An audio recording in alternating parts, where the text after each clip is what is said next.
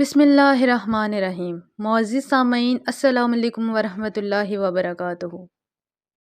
حضرت ہود علیہ السلام کی دعوت تبلیغ۔ حضرت ہود علیہ السلام نے بھی اپنی دعوت کا آغاز توحید سے کیا اور ہر قسم کے شرک کی نفی کی دعوت دی۔ ہود علیہ السلام نے اپنی قوم سے کہا، اے میری قوم، خدا کی عبادت کرو، کیونکہ اس کے علاوہ کوئی بھی پرستش کے لائق نہیں۔ بتوں کے بارے میں تمہارا خیال بالکل ہی بے معنی ہے، کیونکہ تم خدا پر تہمت باندھتے ہو۔ یہ بت خدا کے شریک ہرگز نہیں ہو سکتے اور نہ ہی ان سے کسی قسم کا کوئی کام لیا جا سکتا ہے۔ اس کے بعد حضرت ہود علیہ السلام نے مزید کہا، اے میری قوم، میں اپنی دعوت کے سلسلے میں تم سے کوئی توقع نہیں رکھتا اور نہ ہی تم سے کسی قسم کی اجرت چاہتا ہوں، کہ تم یہ گمان نہ کرو کہ میری فریاد اور جوش و خروش مال و مقام کے حصول کے لیے ہے، یا تم یہ خیال کرو کہ مجھے کوئی بھاری معاوضہ دینا پڑے گا جس کی وجہ سے میں تمہیں دعوت تسلیم کرنے کو کہہ رہا ہوں۔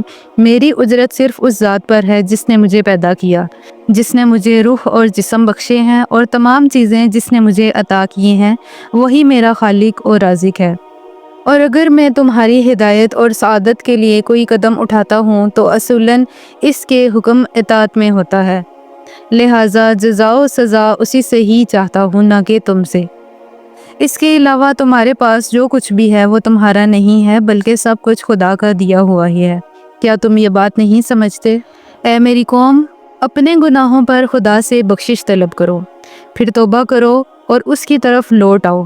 اگر ایسا کرو گے تو وہ آسمان کو حکم دے گا کہ وہ بارش کے حیات بخش قطرے تمہاری طرف بھیجے، تاکہ تمہارے کھیت اور باغات بیابی کا شکار نہ ہوں اور ہمیشہ سرسبز و شاداب رہیں۔ تم یہ گمان نہ کرو کہ ایمان و تقوی سے تمہاری قوت میں کمی ہوگی، ایسا ہرگز نہیں، بلکہ تمہاری جسمانی اور روحانی قوت میں اضافہ ہوگا۔ حضرت ہود علیہ السلام کی قوم نے حضرت ہود علیہ السلام سے کہا، اے ہود، تو ہمارے لیے کوئی واضح دلیل نہیں لایا، ہم ہرگز تیری باتوں پر ایمان نہیں لائیں گے۔ ہمارا خیال ہے کہ تو دیوانہ ہو گیا ہے، اس کا سبب یہ ہے کہ تو ہمارے خداؤں کے غضب کا شکار ہو گیا ہے اور انہوں نے تیری عقل کو آسیب پہنچایا ہے۔ اس میں کچھ شک نہیں کہ حضرت ہود علیہ السلام نے انہیں اپنی حقانیت ثابت کرنے کے لیے کئی ایک معجزے دکھائے ہوں گے، لیکن انہوں نے اپنے غرور و تکبر اور ہٹ دھرم قوم کی طرح معجزات کا انکار کیا اور اسے جادو قرار دیا۔ انہوں نے حضرت ہود علیہ السلام پر جنون کی تہمت لگائی۔ بے جان و بے شعور پتھر اور لکڑیاں جو خود اپنے بندوں کی مدد کی محتاج ہیں، وہ ایک عقل مند انسان سے کس طرح اس کا عقل و شعور چھین سکتی ہیں؟ بہرحال حضرت ہود علیہ السلام کی ذمہ داری تھی کہ اس گمراہ اور ہٹ درم قوم کو جواب دیتے، ایسا جواب جو منطق کی بنا پر بھی ہو اور طاقت کی بنا پر بھی۔ قرآن کہتا ہے کہ انہوں نے اس کے جواب میں کہا، میں خدا کی گواہی کے لیے بلاتا ہوں، اور تم اس بات کے گواہ رہو کہ میں ان بتوں اور تمہارے خداؤں سے بیزار ہوں۔ یہ اس طرف اشارہ تھا کہ اگر یہ بت طاقت رکھتے ہیں تو ان سے کہو کہ مجھے ختم کر دیں۔ میں جو علی الاعلان ان کے خلاف جنگ کے لیے اٹھ کھڑا ہوا ہوں اور اعلانیہ ان سے بیزاری اور نفرت کا اظہار کر رہا ہوں، تو تم کیوں خاموش ہو؟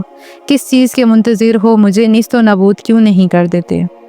حضرت ہود علیہ السلام نے اپنی قوم سے کہا کہ تم اتنی کثرت کے باوجود بھی کسی چیز پر کوئی قدرت نہیں رکھتے۔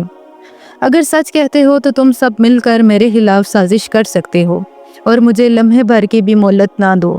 میں تمہاری اتنی بڑی تعداد کو کچھ بھی نہیں سمجھتا اور نہ ہی تمہاری طاقت کو، اور ہر قسم کی طاقت رکھتے ہو، مگر میرا اللہ میرا رکھوالا ہے، اور جس کی قدرت تمام طاقتوں سے بالا تر ہے۔